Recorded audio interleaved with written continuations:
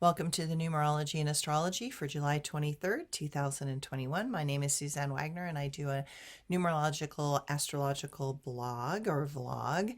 And this one happens to be for the 23rd of July. If you add all those numbers together, you get the number 17. And if you add the 1 and the 7 together, you get the number 8.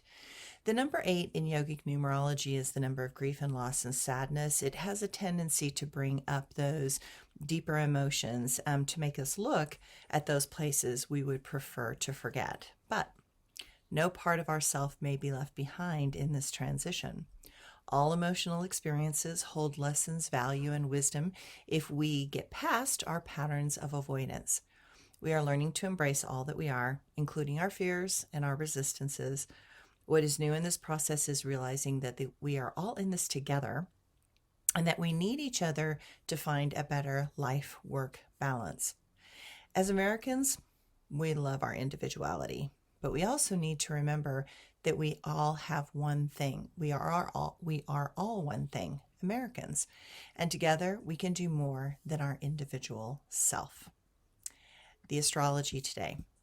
The moon starts out in the demanding and ambitious sign of Capricorn, but this evening it will go into Aquarius, and it helps us see past our present state of affairs into the elusive potential that is trying to bring hope back into this life. Add to that, we have a full moon this evening in Aquarius. There is a lot of fixed energy in the stars, with the sun in Leo, fixed sign, moon in Aquarius, fixed sign, and Uranus in Taurus, fixed sign. A lot of fixed energy in astrology is equivalent to the momentum of a Mack truck moving through our life. While tenacity is its strength, letting go when it is necessary can be a problem. Ultimatums are not a good idea. Best to keep some wiggle room between you and people who are unwilling or unable to shift. Venus and Mars are still close to each other and are opposed by expansive Jupiter. Pick your poison in all the various options. Jupiter, so it would be even better if we could choose what is fun and creative. Small tasks are best. Avoid leaping into something huge, new, or time-consuming.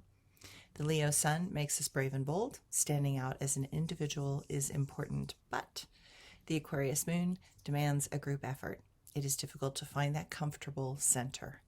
The conflicts between what life is demanding of us and what we want for ourselves is clearly in view.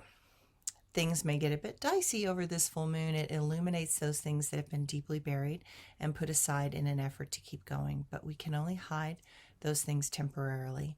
Eventually, we all need to own up to those impulses and need to come out into the real world. My quote for today: red sprites electrify the sky, reminding us that we can live or die. Many die a little each day. Many strive to try a new way. The sky is showing us that something changed. Disconnected from nature, we have become estranged. If we cannot realize that we are all one, then many may choose to make this life done. And my blog for today. I had a beautiful day at the coast with a group of women friends. The day was perfect, the weather cool and sunny. It was so great to see people out and about being tourists and having fun in the sun and sand. It was also great. I was also grateful that the shops required masks as this new variant of COVID is spreading like wildfire. It is still lovely to be on the coast, to feel the waves hit and the sand being warm but not too hot. I get grateful every day that I live an hour plus away from the ocean. There is something so refreshing about having my feet in the sand, to look down at seashells and rolling stones being sanded and smoothed by the rush of the waves. This is a beautiful world. It tries to constantly remind us to stop, look, and listen. It tries to create magic and magnificence to get us to look away from our phones. Yesterday, it succeeded. Nature tries to show us peace. It tries to give us a new lease on life we could have always had, the life of a poet and the ways of a nomad. After all, we are wanderers in life. We were always a part of nature's wildlife. In our focus, we disconnect. Our minds have an ability to forget and deflect. Try to remember that life is right there.